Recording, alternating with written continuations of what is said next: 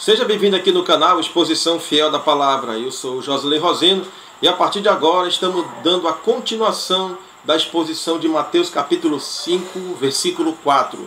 Bem-aventurados que choram, porque eles serão consolados.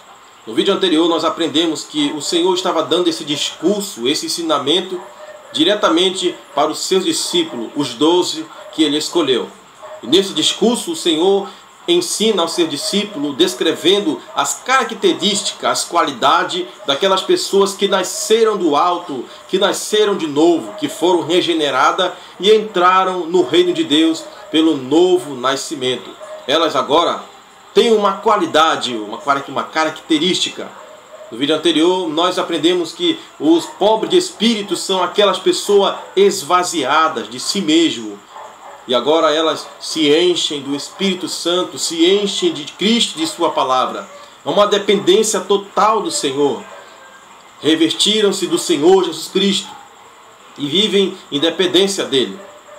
Hoje nós vamos examinar à luz da palavra de Deus o que significa este choro. Bem-aventurados os que choram.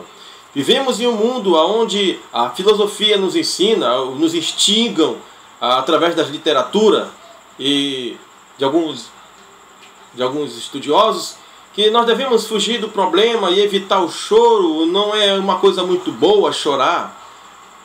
Geralmente quando alguém está chorando, outra pessoa se preocupa: o que aconteceu? Você não é para estar chorando. Mas o Senhor está dizendo aqui que bem-aventurados que choram, porque eles serão consolados. Esse choro não é um choro natural, não é um choro físico, não é um choro causado pela perca de um ente querido ou de um problema que alguém esteja passando na família, financeiramente, nada ligado a físico ou material. Esse choro está ligado a algo espiritual. E vamos agora perceber na pessoa do Senhor Jesus Cristo que este choro, ele tem uma causa, ele tem uma origem. Nós lemos no livro de João, do Evangelho, capítulo 11, verso 35, dizendo: e Jesus chorou. Alguém vai dizer que Jesus estava chorando porque Lázaro estava morto. Isso não parece muito coerente com o contexto, porque o Senhor imediatamente já iria ressuscitar Lázaro dos mortos. Porque então ele iria chorar por Lázaro ter morrido. O Senhor chorou, Jesus chorou. Não foi porque Lázaro estava morto ou porque ele viu a Maria, Maria, Marta e os judeus em volta dela chorando. Não foi aquelas pessoas chorando que influenciaram Cristo a chorar. Não. Cristo chorou por causa da incredulidade dos judeus. Nós encontramos também que o Senhor, defronte de Jerusalém, próximo de sua morte e crucificação, ele de frente da cidade, ele chorou. Ele chorou por Jerusalém. E o que levou Jesus a chorar foi a incredulidade de o povo judeu ainda estar sob o poder do pecado e o rejeitando e não crendo nele como suficiente Salvador da nação. Isso levou Jesus a chorar. Foi o pecado daquele povo. Quando Jesus então estava sendo interrogado no Sinédrio, Pedro negou Jesus 3 vezes. E diz o texto que Jesus olhou para Pedro. E Pedro saiu para fora e chorou amargamente. O que levou Pedro a chorar amargamente, dolorosamente, foi o pecado. O pecado levou Pedro a chorar. E nós vamos perceber também, meus irmãos, através da carta do apóstolo Paulo, no capítulo 7, Paulo, o apóstolo, nos ensina, dizendo, descrevendo a sua dor, no capítulo 7, no versículo 24, ele faz um clamor dizendo: miserável homem que sou, quem me livrará do corpo desta morte? O que fez o apóstolo Paulo clamar desta forma? Miserável homem que sou, quem me livrará do corpo desta morte? Ao lermos o versículo 16 do capítulo 7, ou melhor dizendo, o versículo 15 de Romanos 7,15, iremos perceber que essas são as causas, são essas dores que levam Paulo a clamar. Ele diz assim: porque o que faço não aprovo. Essas são declarações de alguém que nasceu de novo, de alguém convertido. Pois o que quero, isso não faço, mas o que aborreço, isso faço. E se faço o que não quero, consinto com a lei que é boa, porque a lei revela os meus pecados. De maneira que agora já não sou eu que faço isto, mas o pecado que habita em mim. Fica então muito claro para nós o que levou Paulo a clamar desta forma, rasgando o seu coração em contrito perante Deus, a clamar: miserável homem que sou. Mas continuando o texto diz: porque eu sei que em mim, essas são declarações de alguém convertido, de alguém que pertence ao reino de Deus. Porque eu sei que em mim, isto é, na minha carne, não habita bem algum. Com efeito, o querer está em mim, mas não consigo realizar o bem. Paulo não está dizendo que agora ele continua sob o poder do pecado. Pelo contrário, ele está livre do poder do pecado e da culpa do pecado. Porém, a presença do pecado ainda reside no corpo, na vida de Paulo. Aquela natureza caída ainda está presente ali. Na história medieval, quando alguém era condenado, ele era acorrentado por um cadáver. E aquela pessoa arrastava o cadáver para onde ia. Ia ficando podre, levando consigo aquele cadáver putrefo. E assim é aqueles que são convertidos.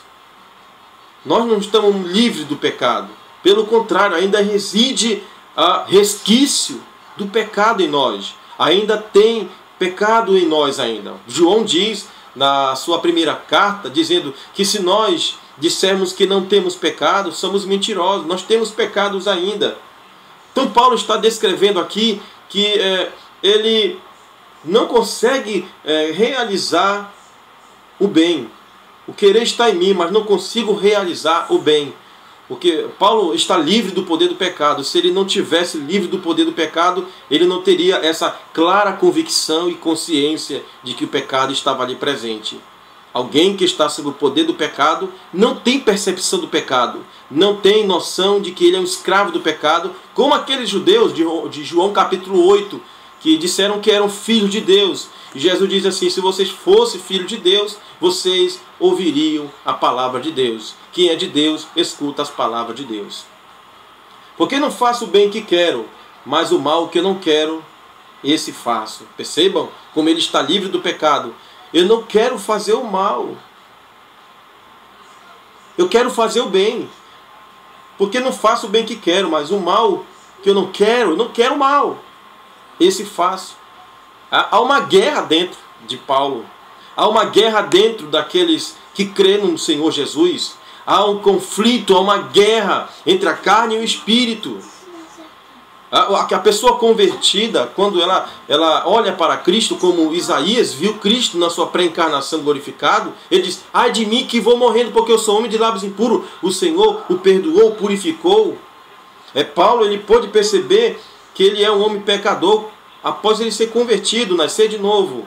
E agora percebam aqui Paulo clamando, dizendo: porque não faço o bem que quero, mas o mal que eu não quero, isso faço, esse faço. Ora, se eu faço o que não quero, já não sou eu que faço, mas o pecado que habita em mim. Aí ele diz: ache então esta lei em mim, que quando quero fazer o bem, o mal está comigo. Meus amigos, esta é a vida de um filho de Deus que nasceu de novo. Ele vê claramente os seus pecados.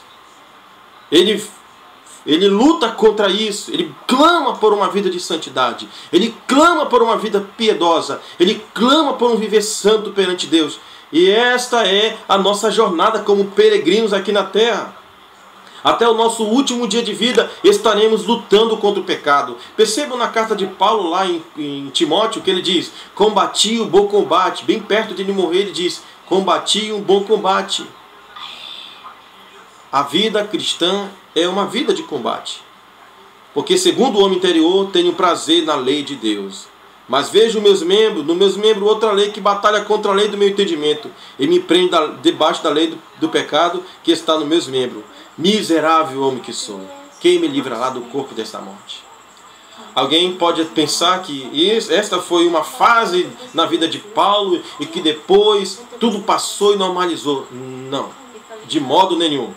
Percebam, vou virar a página e vou me deparar no capítulo 8, no versículo 16, ainda continua. Olha que Paulo diz: o mesmo Espírito testifica com o nosso Espírito que somos filhos de Deus. Mas esse não era o texto que eu queria ler, é o verso 23. Romanos 8, 23.